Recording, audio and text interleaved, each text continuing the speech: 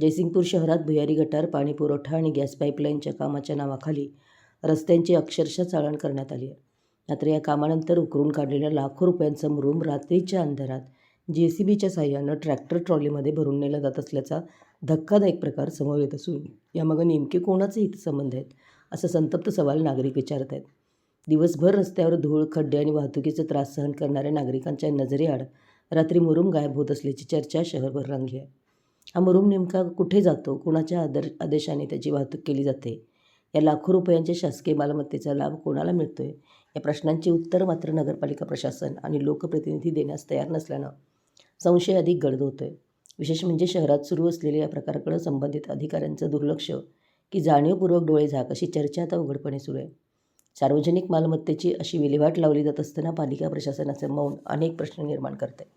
या संपूर्ण प्रकरणाची उच्चस्तरीय चौकशी करून मुरुमाची नोंद, साठा, वाहतूक आणि वापर याची माहिती सार्वजनिक करावी, दोषींवर कठोर कारवाई करावी अशी मागणी नागरिकांनी केली आहे. अन्यथा या कथित गैरव्यवहाराविरोधात तीव्र जनआंदोलन छेडण्याचा इशाराही नागरिकांनी दिला आहे. मुरूम गायब होतोय पण जबाबदार कोण, या प्रश्नाचं उत्तर आता नगरपालिका प्रशासन आणि लोकप्रतिनिधींनीच द्यावं अशी एकमुखी मागणी जयसिंगपुरातून होती आहे. मराठी न्यूजसाठी जयसिंगपूरहून संदीप अडसूळ.